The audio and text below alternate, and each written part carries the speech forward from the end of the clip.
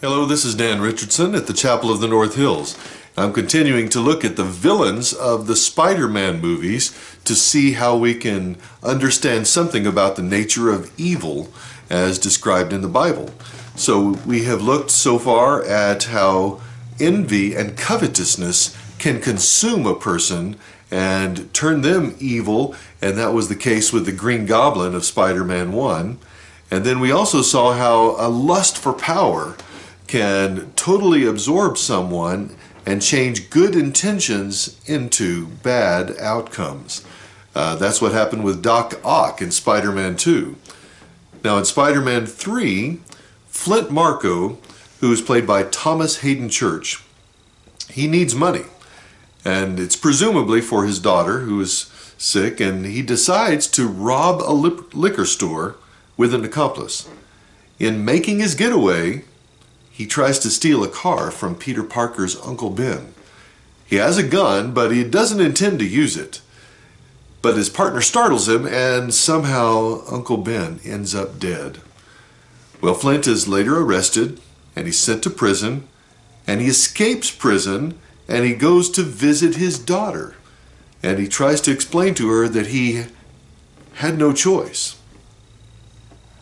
Well, as he continues his escape, he enters this secure area and falls into a particle accelerator and is molecularly bonded with the sand.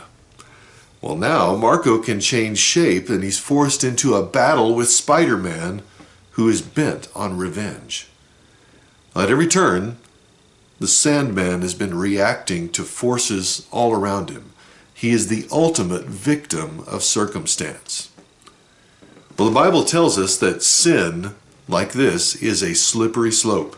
One bad decision leads to another and another and another until a person feels hopelessly out of control, and they place all the blame on things that are outside of them.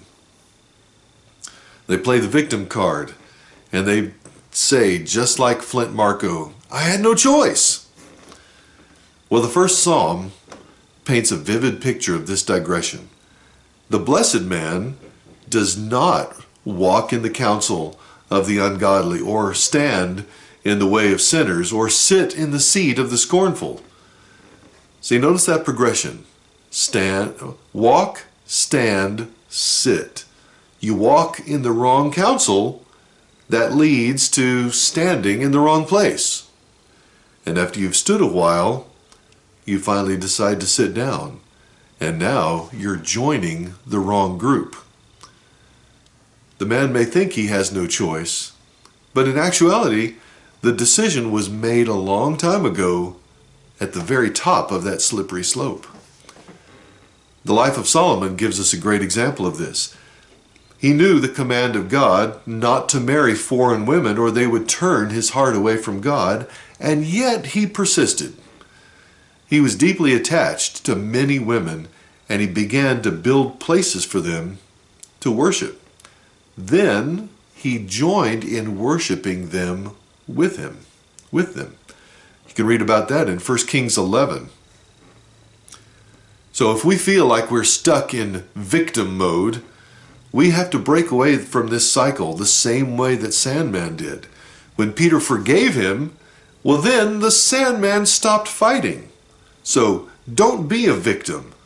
Let God forgive you, and you can rise above that slippery slope. Be blessed.